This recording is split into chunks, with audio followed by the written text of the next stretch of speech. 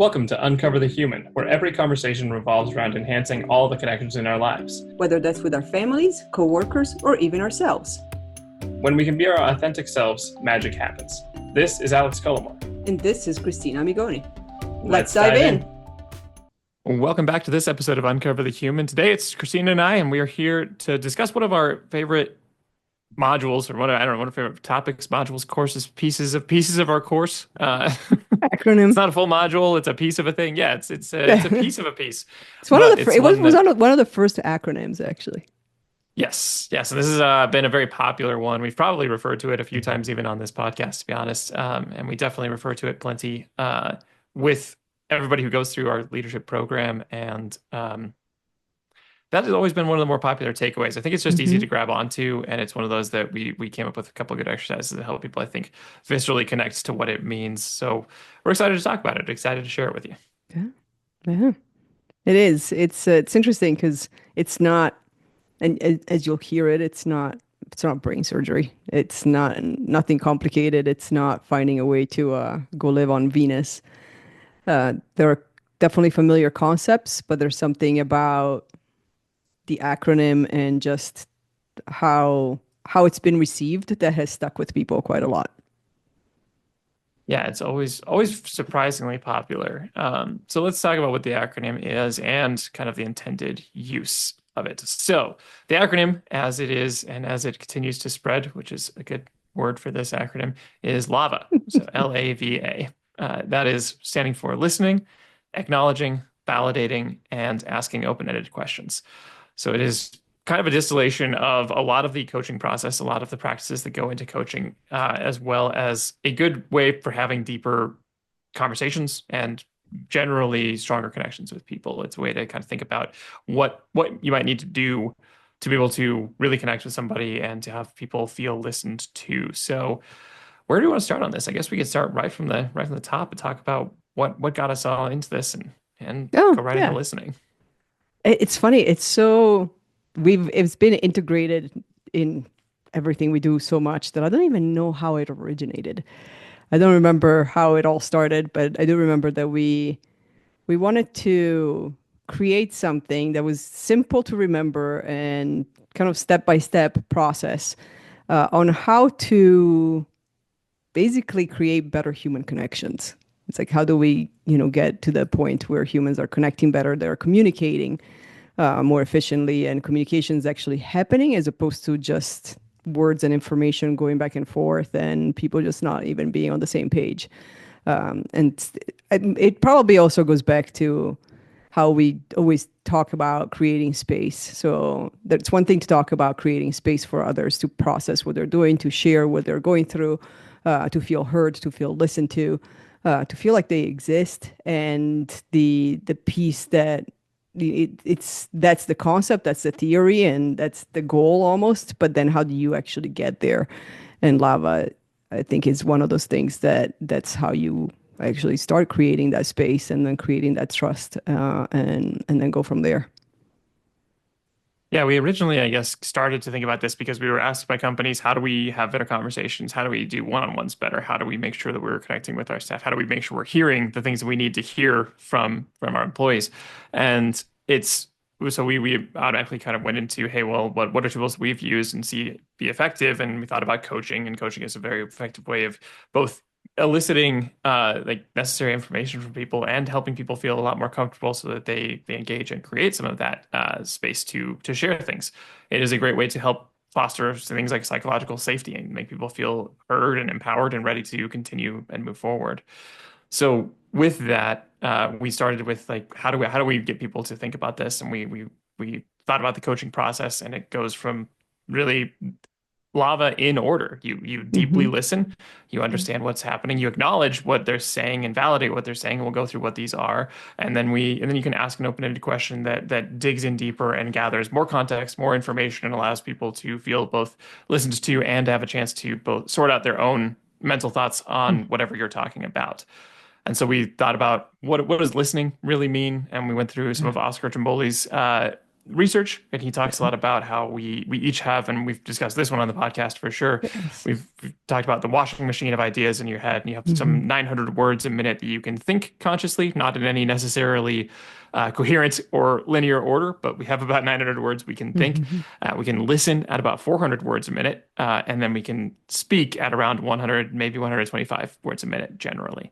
And so you can see the drop off between what you're thinking and what you're able to communicate versus you've got somebody on the other end of a conversation. This is to say nothing of a group conversation where there's even more Hmm. words going on, but just between two people, Yes. you've got two different thought streams happening at 900 words a minute. And at best, you can have this kind of midstream conduit of 125 words a minute Hmm. passing through.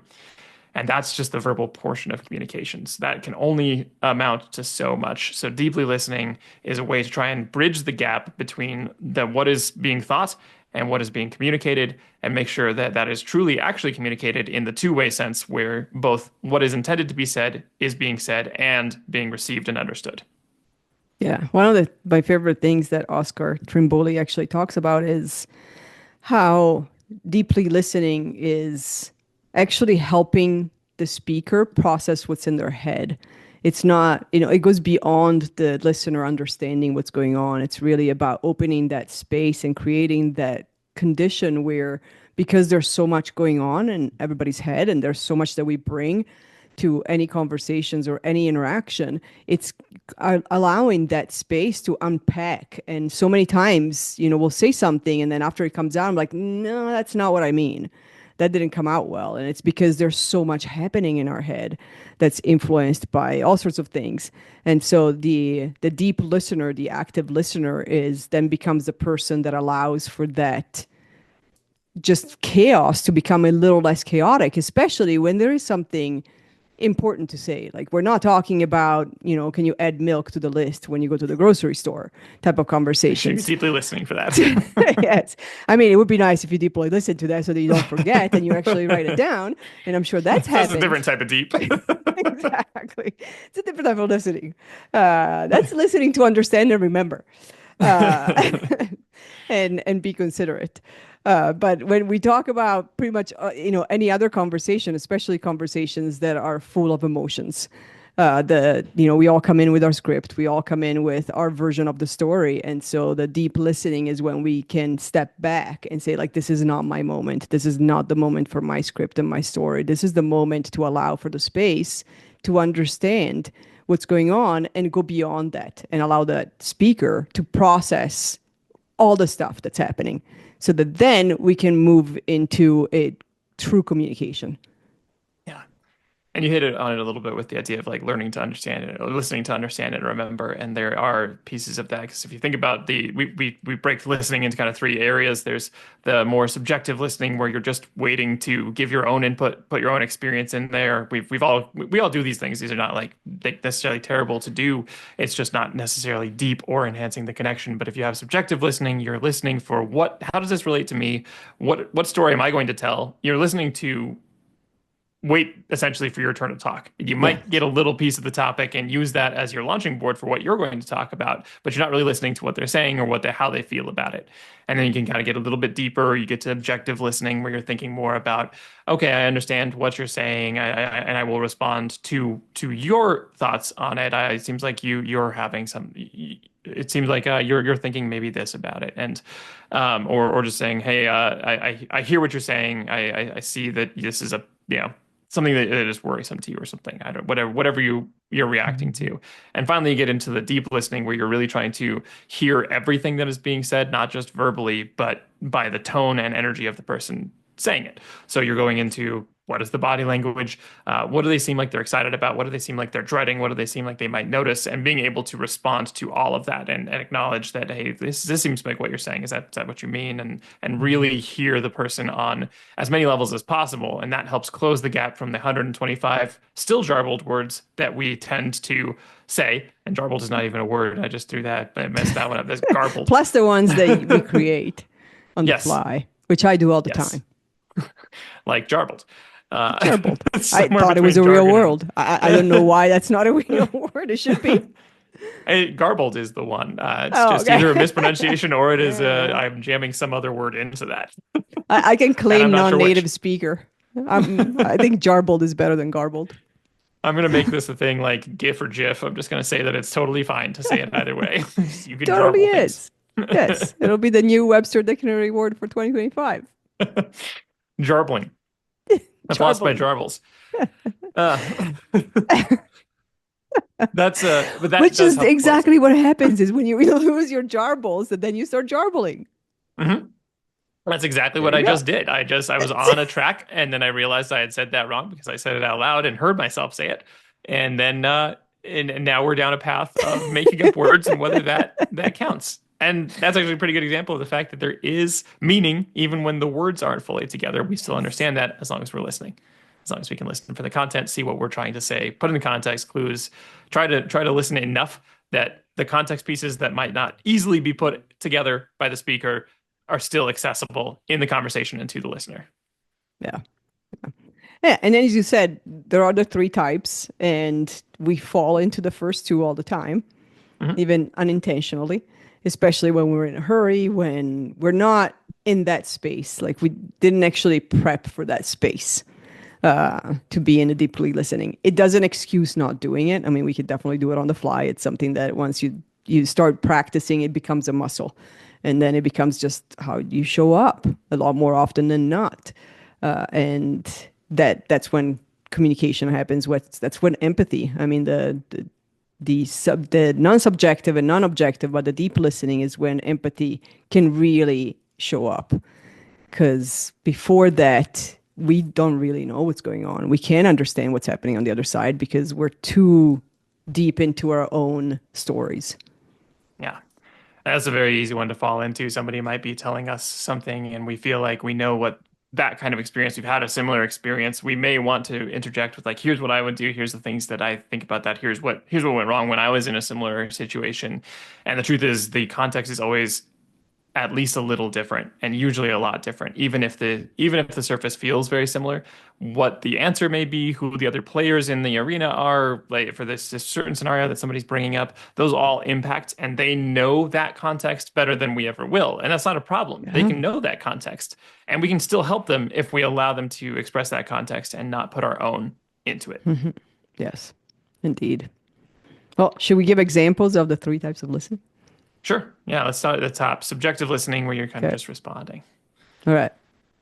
So We can use our I usual might example or just come up with a Uh, new one. those are the easy ones that I have on top of my head. I've done too many times. So I might Yes. say something like, oh man, I'm really worried about that job interview. Oh, you'll be fine. I do great in job interviews. So that's where the subject changes. Now it's no longer about me or my job interviews. The subject has changed to the listener. Now you're subjective listening because now you're talking about your experience with job interviews. Oh, I do great with this. Like this doesn't help the person who was worried about job interviews particularly. That just iterates that, maybe even adds just a little dash of shame on top of like, well, look, other people are fine with this. Yes. Yeah. Well, I think the thing to remember is that when we do use subjective listening, which we do, and it happens a lot more often than we probably are aware of or we would like to, it's not ill intended. Like we're not just showing up and saying, like, today I am going to make sure to not listen to anyone and make sure nobody's heard and just go out and destroy lives. That's my goal for the day. And destroy connections. It's really more about we're not in that mindset, and so we haven't really switched our mindset yet. But it's also a lot of times it's discomfort. It's we don't know, especially when there's difficult emotions like worry, fear, grief, anger, all of that. It's sometimes it can be very often hard to want to take that on, to want to go there. And so the toxic positivity of like, oh, you'll be fine. I do great in job interviews. It's a way to like, I don't want to have this conversation. I am not I don't have the skills, I don't have the tools, I am not mentally, emotionally prepared to go down the path of unpacking your worry. Mhm. And all I have to say, like, there's obviously times where we don't have that time. We don't have the energy. We don't have the ability to respond to somebody else's. But if we can be more cognizant of that, it's easier for us to then Yes. clarify that with somebody and be like, I get that this is an issue. I'm really sorry. I don't have the space. I don't have the capacity to Yeah. respond to this right now, or whatever the appropriate way of Yeah. saying that is to Yeah. help just identify that, like, I get that. I feel you.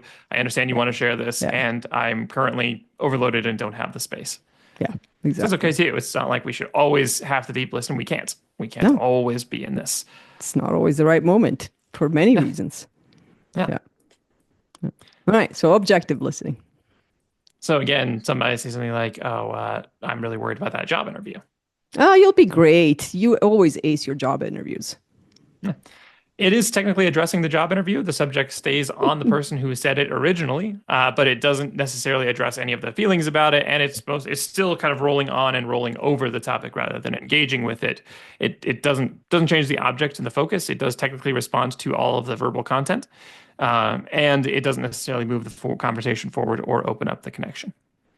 Yeah, exactly. Yeah, it's closer, but we're skipping over the worried part and focusing on the easy part, which is Mhm. the interview itself.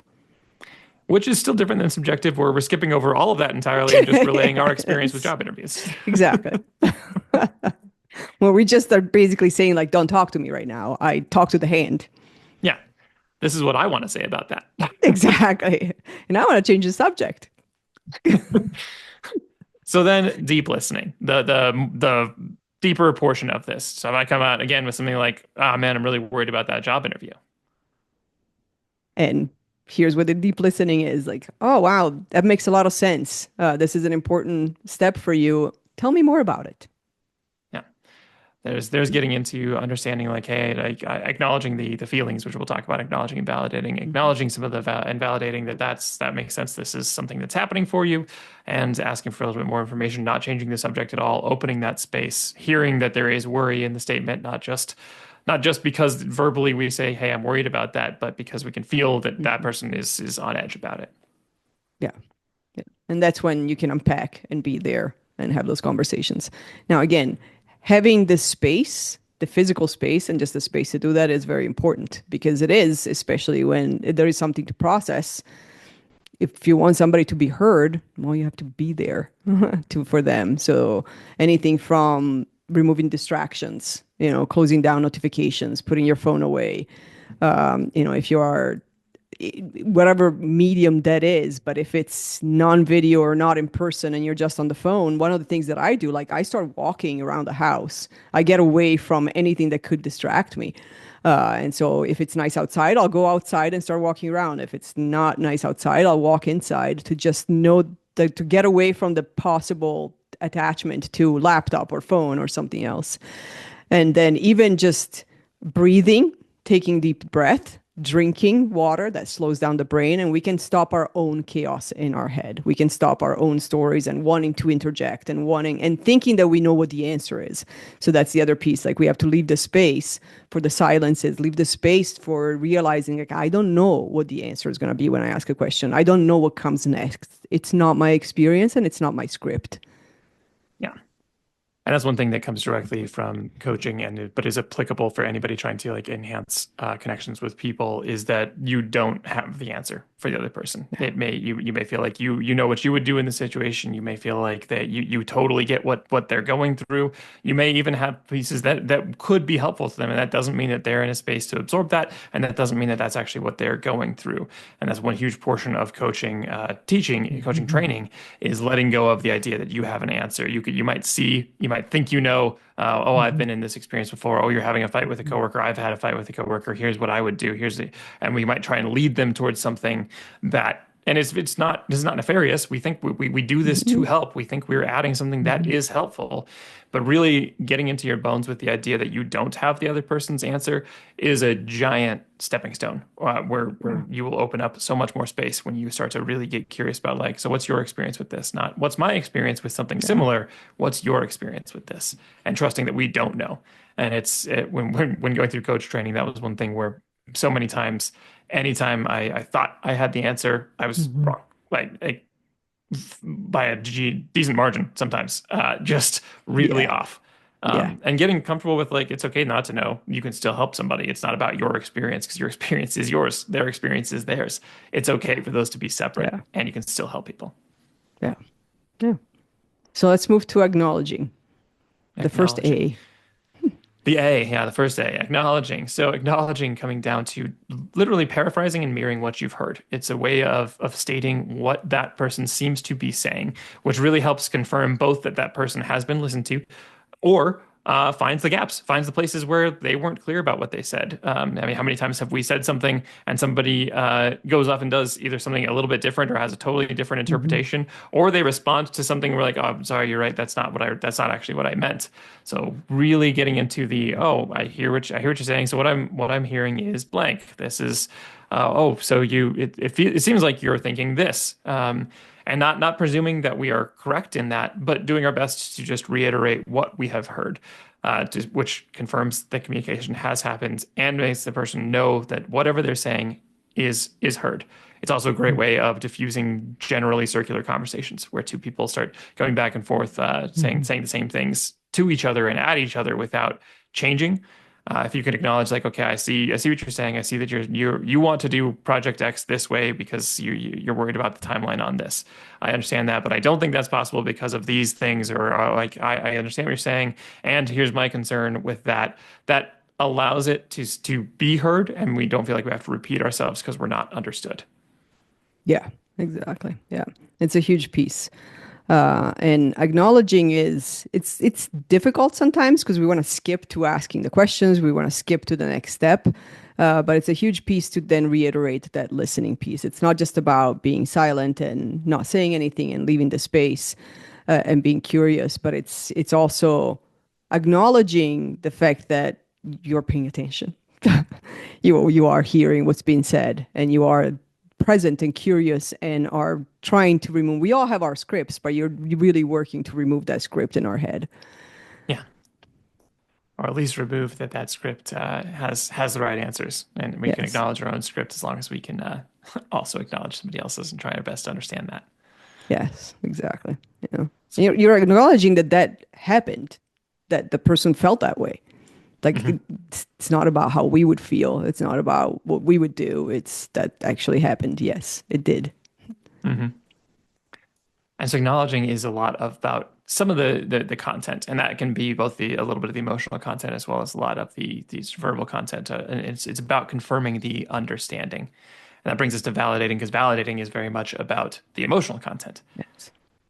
Yeah. So when And you're validating validating, is, yeah, go ahead. validating is not condoning. It's not necessarily agreeing with. Sometimes I don't think it's even about understanding how it feels because we are different people. And, I can try to understand all day long and be like, nope, still don't get it. But it is about validating that somebody's emotions are valid. It doesn't matter whether we agree with them, that's how we would feel. If we can understand them, they are completely valid. We cannot tell someone who shares their emotion to say, like, no, you don't have the right to feel that way. I'm like, they kind of do. Their Also, emotions are very appropriate because they're their emotions. having the right or not, the emotion's there. So Yeah, exactly. it's a very much a side issue. Yes, it Just has nothing to do validating, with well, right or makes sense to wrong or feel that way. appropriate or not. It's the emotion is there. It was felt. It caused something. It caused a response. It caused a reaction. It caused a trauma. It caused moving in a different direction. That's it. The emotion exists. And that is what makes it acknowledging and validating really powerful. It is just acknowledging that that does exist, validating that it makes sense that it feels that way, saying that, yeah, I see what you're saying, and it makes sense that you're angry about that. It makes sense that that is upsetting. It makes sense that that was very disappointing, whatever it is. Whether we would feel that way or not. I mean, Yeah. anybody with kids will know that they may have a meltdown over something that you're like, this is not a big deal at all, but you Yeah. can't tell them this is not a big deal at all. It is a big deal. They are feeling it. Yeah. They are feeling that Doesn't as go a very big well. deal. Yes. Doesn't You can make try the that with big deal adults too. any I don't know why I brought smaller. that as kids. Adults also don't appreciate that. Yeah, exactly. Yes. Yeah. It usually makes the big deal much bigger, even when you've maybe moved on and now you're like, oh, now I'm back in it and it's way bigger than before. Hmm. Because, It yeah, gets I worse. not only feel the way I do, but now I feel bad about feeling the way I do, which is the Hmm. double arrow, which is just devastating sometimes. Acknowledging and validating is a really good way to remove meta feelings, which we've talked about, or at least Yeah. remove the sting of meta feelings. Feeling like, Yeah. oh my God, yeah, I'm really angry about this, but I shouldn't feel angry about this. I can't still Yeah. feel angry about this. Like Yes. we all get Yeah. trapped in that. And sometimes other Yeah. people will tell us we shouldn't feel angry about things. Exactly. But validating is the antidote to that. Understanding like, no, it's okay. I understand it. It makes sense to be upset about this. And in both acknowledging and validating, and you mentioned this briefly, but just to highlight it because I think people get hung up on this sometimes. Neither of these is endorsing or No. agreeing with. Yeah. Uh, if somebody, if I like that, the example of an argument kind of going back and forth, you can acknowledge what the other person is saying Hmm. without agreeing with it, without Yeah. endorsing it. You can acknowledge that somebody is frustrated without agreeing with it, without saying that that's okay. And it's okay. It's okay to simultaneously understand that people are angry and say it's not okay to yell at everybody about it. Like you can, those Yes. are okay. Yeah. Like, it's Yeah. okay to validate. It makes sense to be angry. Also, you're now infringing on everybody else's space and blowing that up over everybody. Like that's Exactly. this that it doesn't. It's not the same as saying everybody gets to say everything all the time, and it's all Yeah. everything is Yeah. is allowable. You still have to have just general courtesy for people. It's allowing for the space that feelings are there, and that Yeah. whatever they're trying to say, acknowledging it so that it is known that it is understood, even if there is still disagreement on Yes. the topic. Yeah. Yeah. Exactly. And it's definitely not a way to say you have to go against your own values. Yes. This is still not about you. It's about the other person. And so you can still have your own values. And sometimes that's a way to understand. I'm like, okay, there's a misalignment here. Is it temporary or is it permanent? And if it's permanent, well, you now you know. Hmm. And it's better to know those things than just to continue to bump along. Yeah. Yeah, exactly. All right. So now we got Oh, and the one last portion on both acknowledging and yes. validating, don't follow them with a but. I think even in my example, So I put a but in yes. there. It Yeah. totally makes sense that you feel that way, but Yeah. well, now all of that acknowledgement is right out the window. Yes. Yes. I get what you're saying, but You yeah, shouldn't okay, feel that well, way. yeah, And that's done. yes. Yes. Also, a quick like side note, it is helpful sometimes to bring that into more general terms. Not, I understand what you're Mhm. saying, but Yeah. it makes sense that you feel that way. Yes. Because sometimes if you say, "Oh, I understand that," if they're maybe complaining about somebody else or they just had a bad experience with somebody else, then Yeah. it just kind of brings it into a bubble. It's not like it's bad to relate to somebody that way, but it doesn't necessarily mean that they're right to feel that way. They're like, well, I mean, I know you and it's okay that you're upset in this tiny circle, but I Yeah. mean, in general, keep that to yourself. So trying to keep those general can sometimes help. Yes. Yeah, definitely. Yeah, you can still acknowledge and validate and be there for somebody without necessarily, yes, bringing your own opinion. Also, the I brings it back to you. Now it's about me. I understand it. And if it is a heated conversation, whether it's about dishes in the sink or something much deeper, it's, you could get into now it becomes the argument about like, well, you don't because you're not me. And so now you've completely disregarded what needs to be talked about and what needs to be resolved. And it's not about who's right and wrong. Yes. So, And now, like the age old idea that you should be like if you're in a fight with somebody, you should be fighting the problem, not the person. yeah. If the second you start to bring all those pronouns that are personal into it, whether personal for Mhm. you or the other person, that can very quickly change the context to where it feels like it's arguing between the people instead of about the problem. Yes. Yeah. It becomes an I versus you situation where if if you are sharing how you feel and you're doing it in a way that it's about, I feel this way, but then instead of you get the acknowledging and validating, I'm like, oh, yeah, like it makes sense that you feel that way and you shouldn't. Now it becomes about you. Hmm. Well, again, it's not about that. So let's keep it to feelings are valid. If I feel this way, I feel this way. That's it. Yeah. One thing I forgot to mention on listening, but we can mention for both of these is we have a very easy exercise that helps people practice this. If Mm. people are interested in doing it, you can find somebody, find a partner, Oh, and yeah.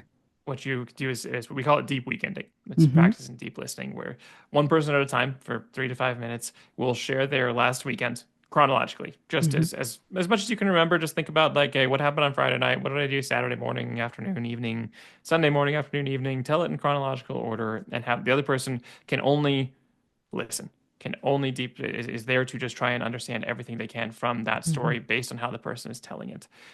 If you're going to put in any questions, just to clarify what they might have done, or Hmm. put in an acknowledgement or a validation if you want to try and practice those. That's the most most that you can do in the listening position, and then have that, swap roles, have both people share it, and then reflect for each other. What were the high and low energy points of the weekend? What were you listening to? Like, oh, that you seemed really excited about that, or "Ooh, that must have been really hard. It seems like you that was a rougher part of the weekend." Mhm. It takes often a surprising amount of energy if we're not used to doing this to keep that engaged while listening and to make sure we're not putting ourselves into the conversation. Yeah, definitely. Yeah, that is a great exercise. And it's usually when people start to understand it. Like before then, it's just theory and examples. But then once they're in it, like, oh, I really felt heard.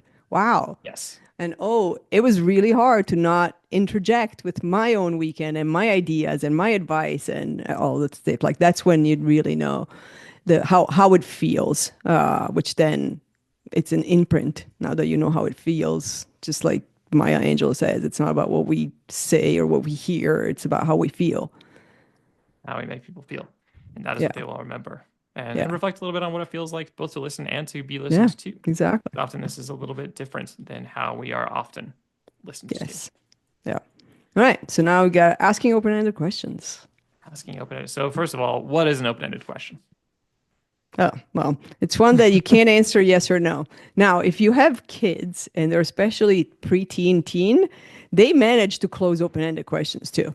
So it's not a guarantee that people are actually going to share what's going on. However, it does get a little bit closer to that. So, closed-end question would be something like I'm so used to asking open-ended questions now that I can't even figure out a closed-end questions. Did you have a good day? Yeah. All Was your right. day Pick good? up. Exactly. Was your day good? Like, yeah. Okay. Conversation is over. Now, Do you need anything else? Is a common one in the workplace. nope, Easy to answer with yes or a no. nope. I'm all set. Usually a no. Usually a no, because there's a shaming. There's a possibility. If I say yes, I may lose my job. If I say yes, I'm failing. If I say yes, all those stories that go on. Yes. So open-ended questions The allow opposite of that. the opposite of that. How was your day? It expands, it digs for more context. It allows people Yes. to share that context. How was your day is a great example of what your preteen can turn into a close-ended Yes. question. How was your Yes. day? Fine. Good. Fine. Good. Terrible. Terrible. Oh, and what Tell me more happened? about it. I It don't wasn't want to. great. I don't want to talk about it. Okay. Yes. It's hilarious Yeah. when we do this for people. We talk about open-ended questions being and things like how was your day, or getting into giving them a little seed of something like what was the most exciting part of your day? What was the hardest part of your Yeah. day? What was your favorite part of this day? Whatever it Yes. is, Yeah. giving them a little bit of something to kick off of. Those are great open-ended questions because it allows for much more answer and is looking for much more answer Yes. than. It's Yeah. not to say everybody will always respond that way, but it is looking for much more. They often start with a what or a how rather than um, was your day good? Did Yes. you have a good time? Yes. Those are yes or no's, and it can sound like the same thing. How was your day? And did you have a good day? Yeah. Can easily be interchanged in our minds and feel like the same thing, but they Yeah. have a very different path.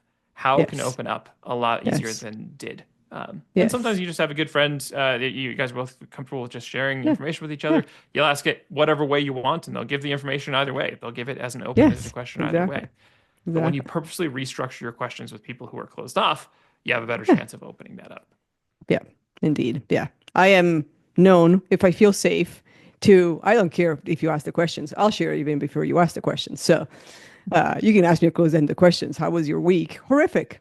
And then take it from Hmm. there. Yeah. Yeah. And I'll that's let you where I decide know where you're where going the to go with this. exactly, like, and that's where I know, like, is there time, space, and is this the moment to unpack that? And, and then you can go from there. Or, you just anticipate the question and just reach out and say, yep, horrific time. How's your week? It's funny when we go through all of lava and we talk to people about like this is a relationship deepener, and oftentimes this is on like our second day of leadership courses, and people will go home that night.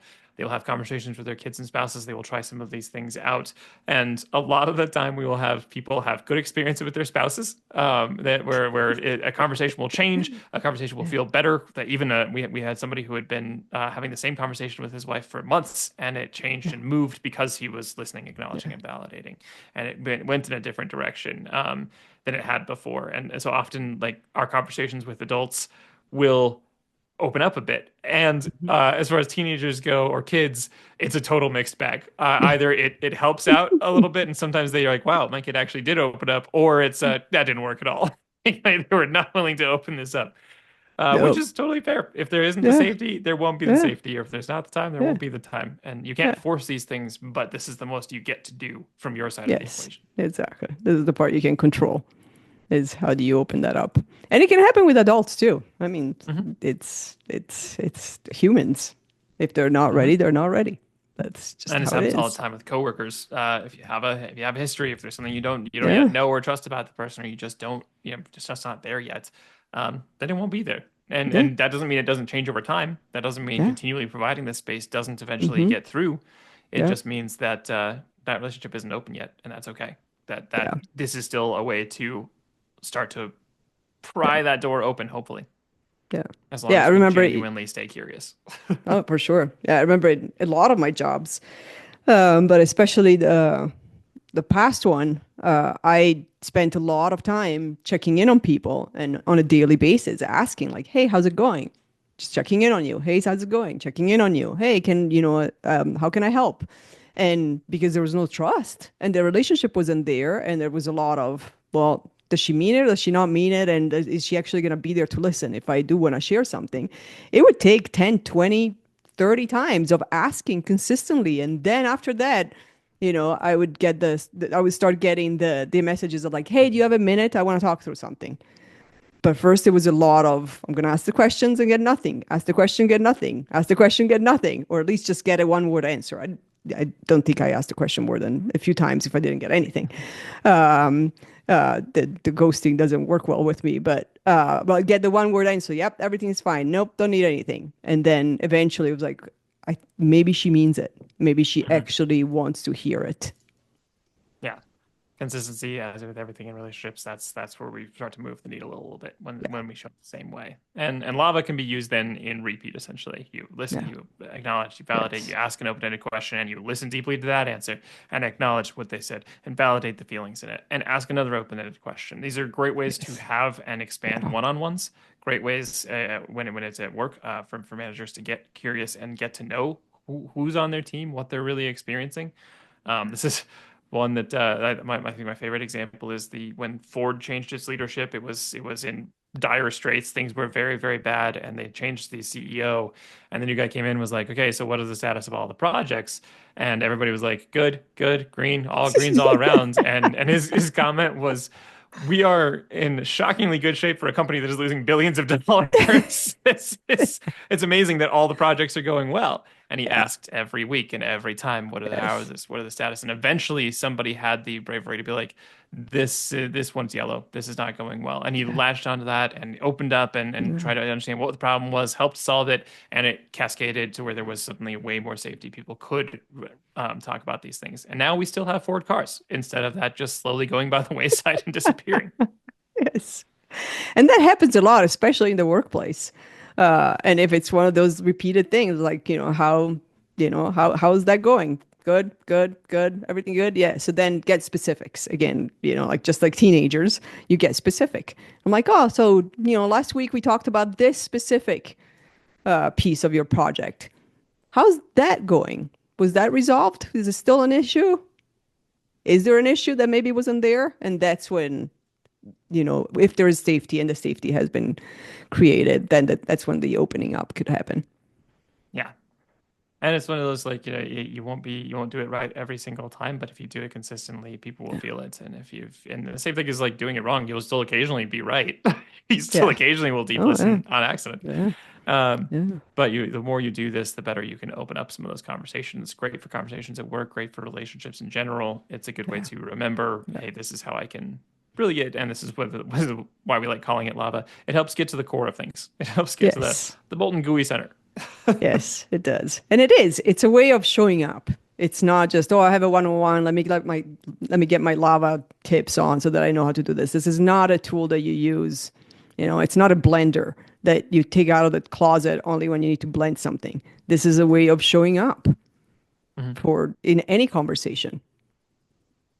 It also becomes a lot easier if you try out Oh something like yeah. deep weekending and you feel like it was actually like, wow, I didn't realize how much I was going to try and put put in or interrupt or put my own experience in there, or I wasn't listening to what they were Mhm. saying, and which is perfectly common. Like we Yeah. just get used to our patterns of conversation, but if we try something new, it might feel like a lot of work at first, Oh and yeah. like anything, over time, it just becomes default. That's how you listen. That's how you do, and that's what you can respond with, especially when you have the space and the energy to do so. Yeah. Especially asking open-ended questions. Amazing how the more you practice that, the more you just bring it out and you find all sorts of applications for it. I've noticed that and I still do, I struggle with just having conversations with people I don't know. Well, I Sure. struggle with having shallow conversations. I struggle with a lot of conversations unless they're deep. But I found that with the practice of lava and especially the open-ended questions, even just getting in a cab and having a conversation with a cab driver becomes super easy. Like it starts, it's like, oh, like how long have you lived here? And then after that, it's like, oh, like where, how the answer is I just moved here 10 years ago and I'm from blah blah. I'm like, oh, like how does it feel to be here? Which one do you prefer?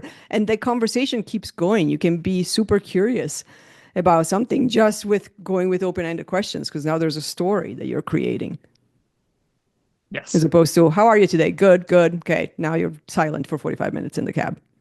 Yes. Yes. Which is sometimes nice too. Sometimes you don't want to have a Yeah, conversation with the exactly. cab Yeah, driver. sometimes that's what you want. Yes. Or sometimes you Uh, ask one open-ended question and you don't say anything else for the next 45 minutes. So, yes. Yeah. Yes, that too.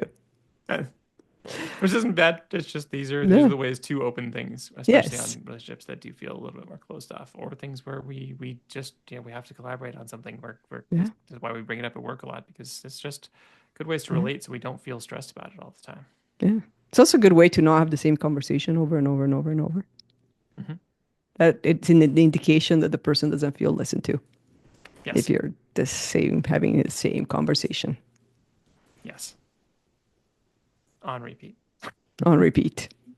And you know exactly how it's gonna go. Then you can pull a script out and be silent and record it for the next time. Yeah.